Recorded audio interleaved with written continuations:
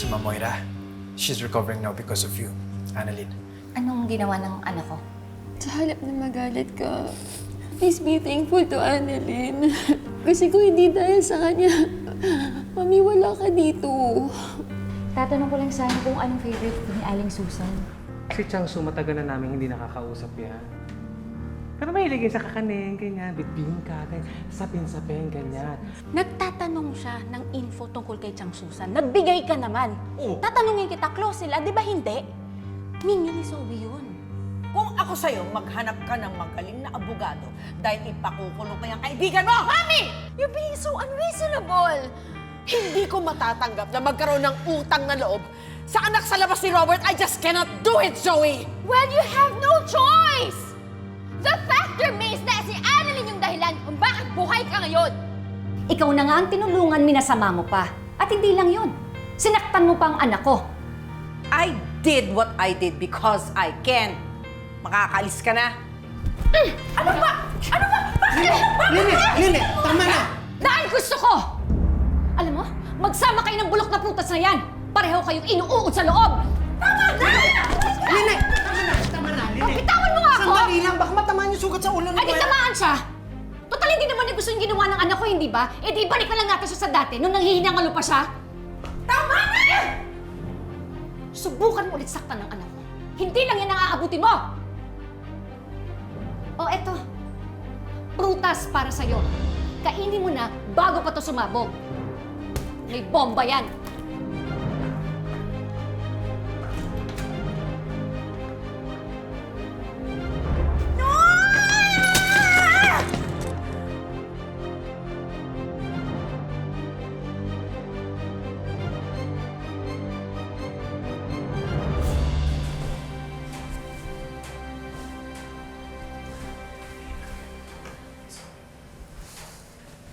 Thank you.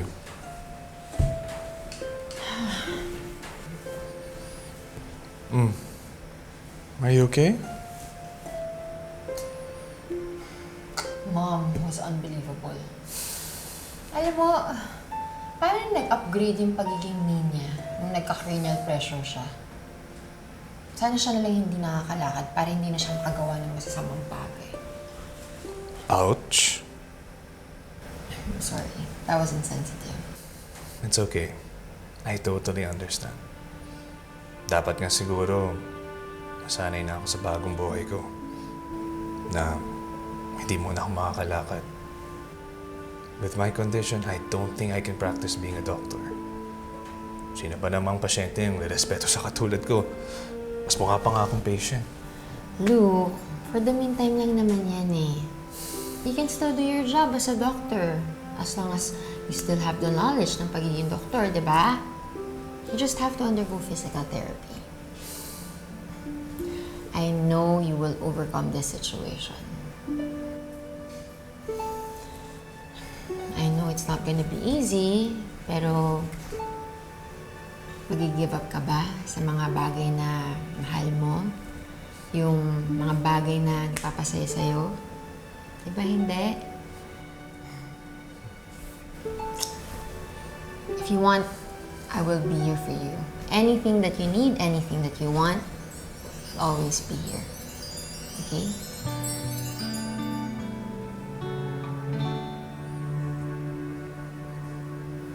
Thank you. You've always been there for me. Of course, Luke. Anything for you. I'll always be here.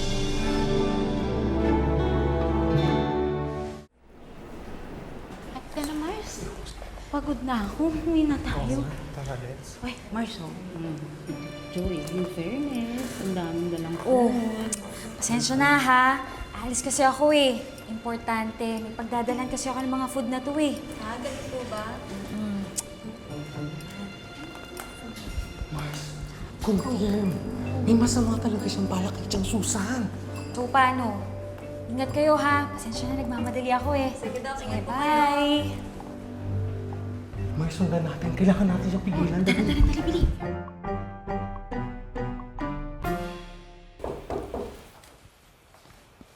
Good morning. Dr. Carlos, good morning po. Wala pa ba si Lynette? Wala pa po siya eh. May mga dadaanan daw po siyang importante. Sige. Hintayin ko lang siya. Okay, excuse me, sir.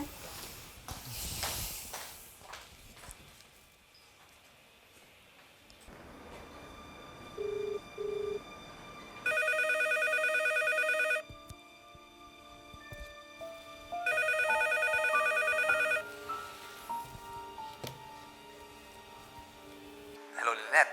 Si RJ to. Natanggap mo ba yung pinadala kong roses? Nagpadala ka ng roses kay Lynette? Talaga? Akin lahat itong mga pagkain na ito? Aling Susan, this is just my way of saying thank you po for what you did to me. I owe you my life, Aling Susan. Ikaw naman, hindi mo naman kailangan gawin ito. Sobra. Ang sweet niyo naman po, Aling Susan. Talaga po, hindi po kayo humingi ng kaplit sa pagtulong na ginawa ko sa inyo. Ha? Humihingi ako ng kapalit, kaya nga lamang, sana pinera mo na lang. Mas kailangan ko yun eh. Di ba itong dami-dami pagkain, oh? Char! Char lang, Char! Aling Susan. Sige na po, kain na po kayo. Kain ako po kayo ng palabo. Ay! Nurse Vico, alika dali. Libre, Halika, hindi ko dali. tatagyan yan, Chang. Libre pudash! Parang okay ito, ha? Pudash. Halika na. Ito na lang sa akin, Chang. Kain na tayo, ha? Thank you po. Ito!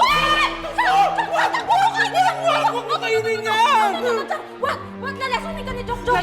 May lason yan, Chang. Yes po! May lason yan! Lason? Bakit ko naman lalasunin ng taong nag-save ng buhay ko nung lindol? Sinave ka na, Susan. Oo. Kaya ako nga siya binigyan ng pagkain eh. Bilang pasasalamat ko.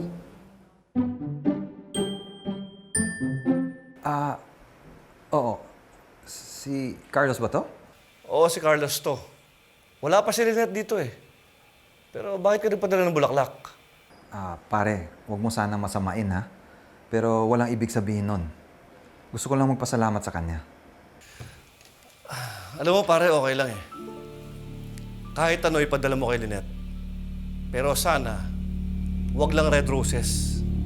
Kasi hindi magandang tingnan. Pasensya ka na. Yun lang kasi available sa binilhan ko eh.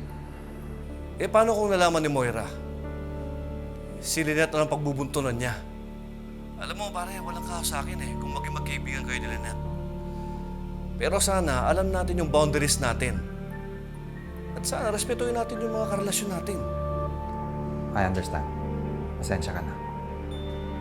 Pero pare, wala akong nakikitang red roses dito sa office ni Lynette. Talaga ba? Maraming salamat. Pasensya na ulit.